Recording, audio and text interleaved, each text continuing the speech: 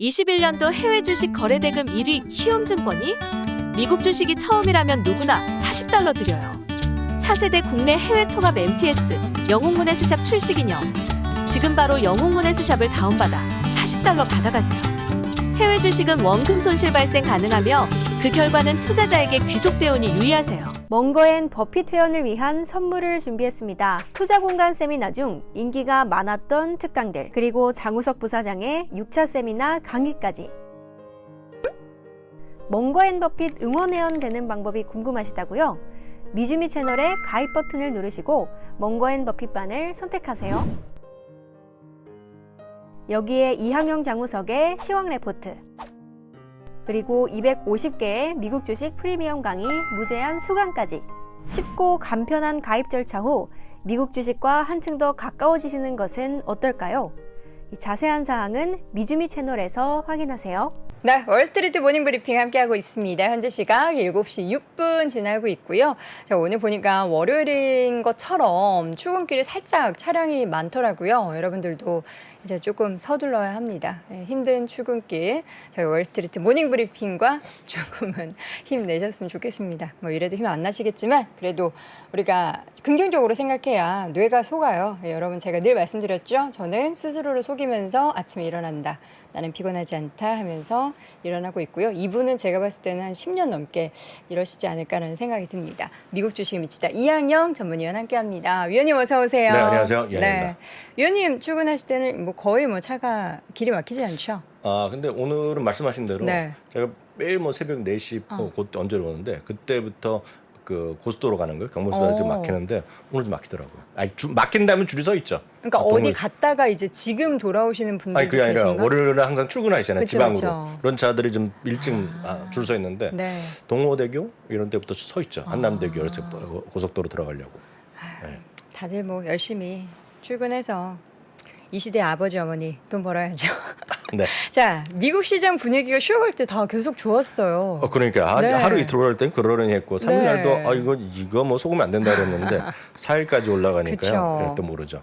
다만 이제 가장 중요한 이번 달의 이벤트가 오늘 밤에 있을 CPI 발표. 맞습니다. 그리고 다음 주 목요일 날이잖아요. 앞선 코너에서 본부장께서 설명해 주셨지만 FOMC의 발표 그리고 코멘트 그리고 일문일답이 남아있기 때문에요. 여튼 그런 메인 이벤트를 앞두고 지금 주식시장은 조금 설렁설렁 좀 반등을 하고 있습니다. 가장 큰 거 오늘 말씀드릴 건 두 가지 정도 요인이라고 보고 있는데요. 네. 첫 번째는 역시 달러 강세가 약간씩 둔화되고 있다. 이거 뭐 약세라고 얘기할 땐 절 수 없지만 달러 강세가 조금씩 둔화되고 있는 것은 지난 8, 9일부터 계속 조금씩 내려가고 있거든요. 그렇죠. 그런 것들이 분명히 의미가 있겠죠. 우리나라 돈 시작할 때 어떻게 열릴지 모르겠지만 계속 1,360원, 70원이 오늘 좀 내려가면서 출발할 수 있겠죠. 그리고 또 하나는 역시 애플의 반격이 오늘 도드라진 것이 오늘 시장의 특징입니다. 네. 여러 번 확인드렸다시피 9월은 상대적으로 좋지 않았어요. 그런데 이번에는 모르죠. 이번에는 모르겠고 여하튼 지금은 이 실적 그런 뚜껑이 열린 이후에 조금씩 반등을 하고 있는 것이 분명합니다. 그래서 하루 정도 약겠지만 오늘은 거의 3.8% 올라가면서 S&P 500 중에서 가장 많이 올라간 것 중에 하나죠. 물론 더 올라간 거 있지만 느낌으로 보면 가장 크게 오늘 S&P 500을 끌어올리는 힘이 됐고요. 물론 나스닥도 마찬가지입니다. 그러면서 미국 증시가 4일 연속 반등한 것이 오늘 그림이 되겠고요. 네. 하나씩 들어가면 달러 강세의 둔화는 분명하게 팩트입니다. 4일 정도 좀 내려가고 있어요. 그래서 110까지 넘나들었던 것이 108.3포인트 정도 움직임을 보이고 있는 것이 달러의 강세 흐름이 되겠고요. 네. 반면에 10년물 금리는 거침없는 반등세가 이어지고 있습니다. 오늘 3.35%까지 올라가고 있는데요. 역시 이것도 오늘 밤에 발표될 소비자 물가지수 이후에 대해서 또 한번 출렁거릴 가능성을 우리가 배제할 수는 없어 보입니다. 그렇죠.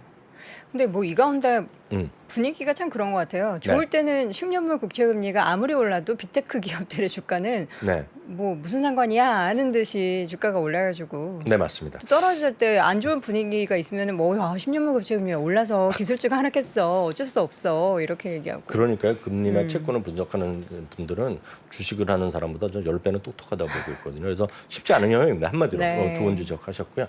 다음 주에 애플 얘기를 해드리겠습니다. 애플 많이 올랐어요. 애플이 저도 오늘 새벽에 눈 뜨고 깜짝 놀랐거든요. 뭐 이렇게 올라갈 게 없는데 3.8% 넘게 오늘 올랐습니다. 네. 그러면서 5월 17일 이후 최대. 이거는 하루하루의 등락폭입니다. 이거요.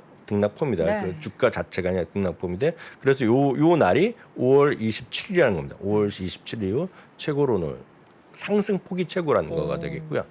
핵심은 이제 이거죠. 아이폰 14의 선주문 상황이 매우 긍정적이라는 얘기죠.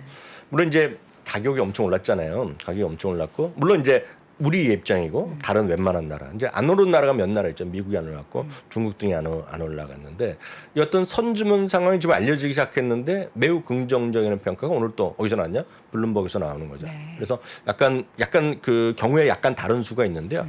일단 아이폰 14요. 14에 두 가지 기본 모델이 있지 않습니까? 베이스형이 있고요. 베이스형이 있고 프로 모델이 있잖아요. 근데 베이스 모델을 사실 분들은 작년보다 조금 쉽게 살 거라고 얘기합니다. 그러니까 베이스가 이제 저렴이죠. 저렴이도 아니죠. 뭐 700, 800다 고원절이 제일 싼 거요. 그래도 우리나라에 뭐 100만 원이 넘을 텐데 여하튼 그 모델은 전 세계적으로 작년보다 약간 풀릴 거란 얘기합니다. 그래서 아마 첫날부터 일부 국가의 일부 매장이 있을 거란 얘기합니다. 그래서 그날도 살 수 있을 거란 얘기가 일부 좀 나오고 있는데 여하튼 그거는 그러니까 상대적으로 저렴한 라인들은 작년보다 약간 짧아지고요. 중요한 것은 프로 있죠. 프로랑 프로 맥스 모델. 맥스 모델은 사이즈가 큰 거잖아요. 프로랑 프로 맥스 모델이 이번에 상당히 핫할 거란 얘기를 하고 있고요. 이 모델은 작년보다 올해 열흘에서 많게는 20, 30일까지 더 늦어질 수 있다는 얘기합니다. 그래서 전체적으로는 믹스가 비싼 가격이 지금 80에서 90%까지 몰리고 있다고 합니다. 비싼 라인들이요. 그래서 그런 것들이 있겠고요. 또 하나는 저희도 한번 말씀드렸다시피 저거 좀 100만 원이 넘을 텐데 그 울트라 애플 워치 있지 않습니까? 정말 익스트림 하는 사람들이 용도라고 얘기한 거, 그러니까 물속에도 많이 들어가고 뭐 이런 거 있지 않습니까 지금요? 그런 것들이 엄청나게 수요가 몰리고 있다고 합니다 지금요. 그래서 진짜 비싸네요. 비싸죠. 한국 돈은 얼마 잡힌 100만은 넘게 나왔어요. 지금 그러니까 애플워치 8이 제일 싼 게 59만 9천 원이고 울트라가 114만 9천 원. 네, 그러니까 114만 9천 원짜리 이번에 새로 나온 모델이잖아요. 그러니까 미국 달러로 799달러 플러스 세금이 있던데 여튼 그거가 지금 엄청나게 지금 수요가 몰리고 있다고 하면서 그러니까 이제 소위 똑같은 수량을 팔더라도 비싼 라이들이 많이 팔려면 당연히 수익성이 좋아질 거 아닙니까? 그러니까 그런 거 되겠고요. 요번에 나름 또 일부 좀 비판적인 측면에서 보면 요번에 아이폰 베이직이요. 그 기본형이요. 프로 없는 거. 그 아이폰 14의 플러스 모델이 나왔거든요. 그러니까 기본형의 사이즈가 큰 거. 그건 이제 메롱이 납니다. 그건 지금 안 팔리고 있고. 그래서 그거가 이제 많이 풀릴 수 있다고 얘기해요. 그건 인기가 적고 요번에 이제 인기 있는 것이 프로랑 프로 맥스 모델. 네. 그리고 애플워치 울트라 이것이 몰려있고 이런 것들이 나오면서 올라갔고 그러다 보니 기술적으로 보더라도 200일선까지 오늘 돌파하는 모습. 그러니까 51선을 지난번에 넘고 8월 말에 다시 넘기 시작하면서 이번에 이제 이게 200일선을 돌파하는 그런 모습을 보여주고 있는 것이 오늘 애플의 모습이었습니다. 그래서 오늘 애플이 끌고 간 하루였다. 지수나 이런 것들 그래갖고 먼저 좀 이해하시면 되겠습니다. 네, 제가 지금 우리나라 기준으로 지금 가장 저렴한 게 799달러잖아요. 네네. 근데 지금 환율 1,379원 기준으로 해도 한 110만 원 좀 넘거든요. 네네. 근데 지금 우리나라 가격 같은 경우에는 125만 원으로 맞아요. 기본형이 책정이 됐고 프로가 155만 원, 프로 맥스가 175만 원. 우리나라에서 제일 비싼 거가 200만 원 넘잖아요, 지금이요. 비싸게 파는 거 아닌가? 그래서 우리나라 기준으로 보면 작년보다 15만 원, 18만 원 올라간 것 같던데. 근데 뭐 할 수 없죠, 뭐 환율이니까요. 그쵸. 예, 뭐 할 수 없죠. 자, 뭐 애플 그래서 많이 올랐다. 뭐 주주분들은 뭐 애플 주식을 사서 그 수익으로 뭐 애플 사야죠, 뭐. 그러시던지 뭐 그거 각자 판단하시겠죠. 뭐 제가 뭐라 그럴 수 없습니다. 여튼 애플이 오늘 큰 힘을 냈다라는 정도 보시면 되겠고요. 엔비디아. 네.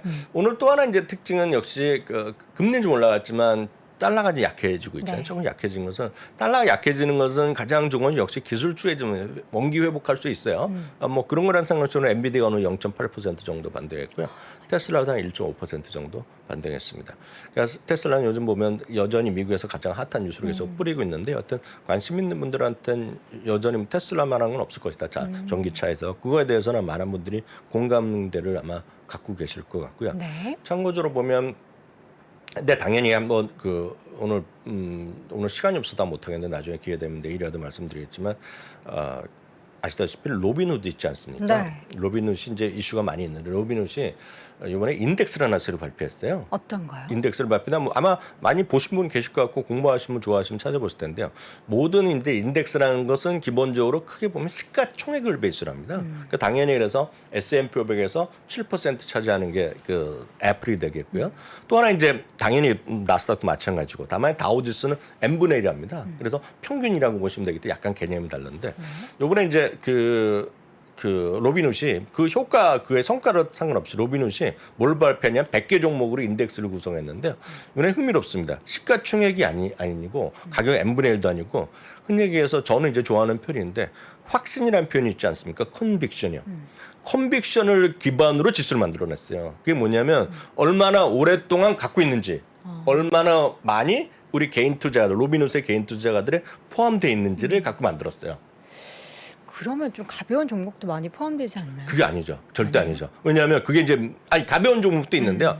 다시 말씀드리면 컨빅션이 확신의 거거든요. 확신한 걸 두 가지가 할 수 있죠. 얼마만큼 개인들이 많이 갖고 있느냐. 또 하나가 뭐냐면 얼마만큼 장기적으로 갖고 있느냐. 그게 이제 두 가지일 거 있잖아요. 장기적으로 갖고 있을 수도 있고 많이 갖고 있을 수 있잖아요. 그래서 난 조금은 벅시에서 한 주를 오래 갖고 있어봤자 의미 별로 없을 수 있잖아요. 확신의 변수 그런 정도로 따졌는데 100개 종목을 했는데 오늘 테슬라가 제일 많이 들어가고 애플이 두 번째로 많이 들어가고요. 그러니까 애플이 그만큼 있겠고 물론 특이한 것은 거기에 보면 AMC도 들어가고 뭐 이거 니오가 들어갔던 거 뭐 그런 게 들어갔던 것 같은데 니오까지 이제 정확히 모르겠고 AMC가 들어갔는데 여튼 상위에 들어간 것들이요. 그만큼 이제 확신의 변수가 많이 또 새로운 개념이 있는데 여튼 테슬라는 애플이 오늘 1, 2위를 차지한 거 그래서 참고적으로 오늘 말씀드렸습니다. 네. 옥시덴트 페트롤리움, 와, 지분 더 늘렸네요. 네, 옥시덴트 페트롤리움 지난번에 20%까지 공개됐었는데요. 네. 지난번에 그 당국에 의해서 50%까지 살 수 있다 얘기를 이제 허가를 받았잖아요. 네. 그건 이제 뉴스가 됐었고, 저는 이제 장기적으로 보면 이거 완전히 그 인수해서 상장 폐지하는 거냐 했지만 그거는 아니라고 뭐 얘기를 한 적이 있는데 간접적으로 얘기했었는데 여튼 그 상황까지가 이제 그 동안의 뉴스였는데요. 이번에 또 26.8%까지 올렸다고 발표를 했어요. 그래서 오늘 또 주가 또 이렇게 쭉 올라가는 모습 보인 것이 오늘 옥시덴트 페트롤리움도 특징주가 되겠습니다. 네. 이 가운데 유틸리티 저희가 지난주 지지난주 계속 이야기를 드렸죠. 계속 시장 흔들렸을 때 올랐던 섹터가 정말 몇몇 안 되는데 네. 유틸리티 섹터가 지금 사상 최고가 예, 그러니까요. 사채 나온 겁니까? 사채? 그래서 오늘 사채는 몇 가지 보여드리겠는데요. 네. 이게 유틸리티가 이제 늘 말씀드린 아주 재미없고요. 네. 재미없고 저만 하더라도 아는 것이 별로 없어요. 넥스트라 에너지는 이제 저기도 소개했기 때문에 좀 알고 있고요. 또 하나가 이제 많이 들어보셨을 만한 것이 PGE라는 곳이 있습니다. 그래서 워렌 버핏이나 이런 분들이 그런 것 유틸리티를 많이 좀 좋아하는 거로 좀 알고 있잖아요. 다만 이제 우리나라에 계신 분들은 마찬가지, 미국에 계신 분들도 익숙하지가 않은 기업들이 많습니다. 왜냐하면 각 지역별로 아니면 몇 개를 같이 한국전력이 우리나라 하나잖아요. 근데 미국은 각 주별로 아니면 주에서도 몇 개, 한 두 개가 두세 개가 지역별로 발전소를 하고 있어요. 네. 그래서 여러 주를 다 크게 하는 것도 있겠지만 그래서 자기가 살고 여러분들이 살고 계신 주가의 그런 자기의 컨트랙터가 아니면 잘 모릅니다. 이걸 알 수가 없어요. 그래서 익숙하지 않은 거죠. 우리가 그래도 주식하시면 알만한 것이 넥스트라 에너지 정도인데요. 유틸리티 섹터가 지금 사상 최고가를 기록했습니다. 오늘요. 올해 들어서 주가가 오른 섹터는 두 가지가 있습니다. 말씀드렸다시피 에너지랑 유틸리티라고 말씀드렸고요. 8월에도 올라간 것이 단 두 개밖에 없었죠. 다만 이제 지난주에 말씀드린 것은 1998년 이런 섹터별 ETF가 나온 이후에 기술주 대비 유틸리티는 절반밖에 못 올라갔어요. 가격으로 보면. 다만 소위 저희가 말씀드렸던 드립이라는 거 예를 들어서 배당을 받아서 재투자했을 경우에 우리나라로 보면 ETF에서 TR이라고 쓰는 거예요. 토탈 리턴 개념으로 보면 이런 유틸리티랑 기술주랑 차이가 없다는 겁니다. 차이가 없는 반면에 베타값은 훨씬 낮은 거죠, 이게요.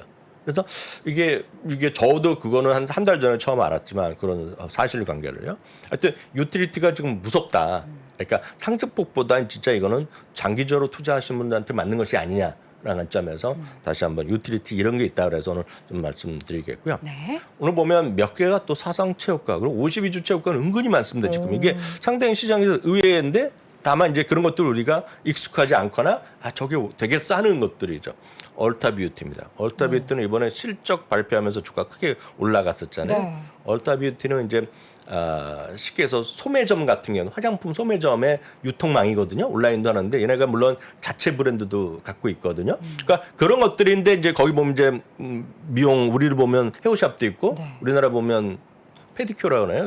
네. 그 매니큐어, 네일샵 뭐 그런 것도 다 네일샵. 같이 하는 곳이 다 있죠. 그 큰 매장 안에 있는 데들이 꽤 많이 있고요. 신기하네요. 네. 근데 얼타뷰티랑 유명한 거죠. 근데 얼타뷰티가 이번에 0.7%밖에 안 올라왔지만 오늘 사상치 효과를 갔습니다. 그래서 지금 시장에서 되는 것들도 꽤 있다라는 것이 나오는 거가 되겠고요. 얼타뷰티 같은 경우는 예를 들어서 이런 거 아니겠습니까? 결국 미국 내 매출이 많은 것들이고 이런 것들이 대부분 해외에서 수입하는 물건이 많았을 거 아닙니까 지금요? 그러니까 그런 것들의 관점에서 얼타뷰티가 사상치 효과가 같고요. 시그널은 이제 의료보험 중심인데요. 0.4% 올라오면서 역시 사상치 효과. 그러니까 이런 것들이 꾸준함이 이런 것들이 좀 올라가는 그런 모습이 되겠죠. 제뉴인 파츠는 뭐 저희도 한 두세 번 말씀드렸습니다. 최근에 이거는 자동차 부품인데요. 저는 그 한번 지난번에도 말씀드렸다시피 내년에 주 관심 있는 섹터 중에 하나를 저는 개인적으로 그 내피셜을 보면 이미소비재를 보고 있고요. 네. 이미소비재에서 저는 자동차를 계속 보고 있어요. 그래서 저는 이제 포드를 이제 재작년에 제이 왔는데 작년에 포드였다고 이제 박살 났는데 그쵸. 포드가 됐건 뭐 GM이 됐건 물론 테슬라 가장 좋은 거는 다들 알고 그거 다 공유하는 바인데요. 일단 자동차가 상당히 살아날 수 있다고 좀 보고 있어요. 그것은 한번 저희도 말씀드렸다시피 7월, 8월 달에 자동차 생산이요. 생산과 자동차 및 자동차 부품 생산이 팬데믹 이전 완전 회복했어요. 그래서 제가 여러 번 말씀드린 기억이 이런 거 있잖아요. 자동차 여러분들 살 때 대기 시간이 짧아질 수 있다는 거. 그게 핵심이거든요. 자동차 시간이 짧아질 수 있다는 것은 반대로 뭐냐면 중고차 가격이 떨어질 겁니다. 지금요. 그래서 중고차 가격이 지난달 대비 4%가 이번에 떨어졌어요. 네. 그래서 4% 떨어진 것은 2020년 4월 이후 최대폭으로 떨어졌어요. 왜 떨어지겠습니까? 좀 예를 들어 10개월 기다리던 것을 9개월, 8개월, 7개월로 짧아질 수 있다는 거잖아요. 그러니까 그런 것들이죠. 제가 뭐 정확한 비율인지 모르겠지만 엊그저께인가 그 홈쇼핑에서 렌트카 이런 거 많이 하잖아요. 장기 렌트카. 하는데 보면 예전 말로 보면 즉대라거나 뭐 한데 즉시 출고가야 하는 차들이 꽤 많이 있더라고요. 렌트카는. 네, 네. 그런 것도 뭔가 좀 이상하잖아요. 우리가 보기에. 그러니까 그런 것들이 뭐 그들이 나름 다른 루트나 계약은 미리 선계약한 거 있을지 모르겠지만 전체적으로 보면 자동차의 어떤 그게 좀 줄어들 수 있겠고요. 그래서 이제 자동차나 자동차 부품에서 괜찮다고 보고 있고 또 하나 전 괜찮은 거가 구체적으로 뭐 여러분들이 그 큰 것들은 아닌데 여러분 찾아보시면 그 미국 큰 기업 중에서 자동차 딜러들이 있습니다. 딜러들. 딜러들 기업이 몇 개 있거든요. 저 딜러들 기업들도 여러분들 관심 있으면 한번 찾아서 신차가 판매되는 게 늘어난다면 신차도 판매되고 중고차도 하고 다 하거든요. 그들은 신차, 중고차 다 하는데 워낙 비싸니까 사람들이 머뭇거리잖아요. 근데 신차가 들어올 때 보면 대부분이 트레이드인을 하잖아요. 근데 대부분의 미국의 딜러들은 자기가 삽니다. 자기가 사주고 그걸 또 자기네 또 인증해서 팔거나 외부에 팔거든요. 그래서 다 한 원스톱에서 다 해결하죠. 우리나라도 보면 이제 현대차도 자기네가 중고차 한다고 하지만 대부분이 아직까지는 모르겠어요. 우리나라는 요즘은 제가 차를 안 사봐갖고 그 딜러분한테 사면 딜러분들이 소개해줘서 팔거나 아르메나에서 팔거나 하면 각자 파는 거잖아요. 그쵸. 근데 대부분의 미국은 거의 다가 아직까지는 딜러가 다 인수합니다. 그래서 이게 풀리면 다 좋아질 거라고 좀 보고 있어요. 그래서 저는 이게 저는 개인적으로 보면 몇 가지 기업들이 있어요. 대표적으로 이제 주가는 제가 안 봤지만 참고적으로 말씀드리면 펜스키 오토모티브라는 것도 있습니다. 이게 서너 개 있습니다. S&P 500 중에서도 자동차 딜러들. 그래서 저는 그런 것들이 괜찮아 보이는데 여튼 제뉴인 파츠 이런 것들은 사상치 것 같다. 부품주로서. 네. 에어비앤비는 바닥에 있긴 하지만 이렇게 연속적으로 올라간 것에 대해서 어떤 의미를 찾아볼 수 있을까요? 의미는 없죠. 없는데 이제 전 개인적으로 보면 이제 3번 주식이고 잘하면 이제 흑자가 완전히 갈 수 있다는 얘기하는데 네. 아시다시피 이 회사가 작년 기준 보면 이제 캐시순 현금 흐름이 돌아섰고요. 지금 아마 올해 연간 흑자 가능성이 큽니다. 지금 올해 연간 흑자. 물론 이게 한 번 갖고 어떻게 될지 모르겠지만 흑자가 계속 이어지면 상당히 저는 레벨업이 됐다고 보고 있고 저는 이게 3번인데 2번 뭐 가능성 3번에서 2번 될 수 있까 말까인데 네. 아직 뭐 많은 분들이 공감을 안 하겠지만 하여튼 의미 있는 것이 저도 몰랐는데 오늘 특징주를 밀고 한 뉴스에 나오더라고요. 그래서 소개해드렸는데요. 에어비앤비가 8일 연속 상승했습니다. 이게 의미는 없죠. 딱 요거부터 올랐다는 겁니다. 이게 의미는 없지만 그래도 2020년 12월 상장이 좀 있는 일이다. 네, 그래서 에어비앤비는 저는 개인적으로 이제 갖고 있고 네.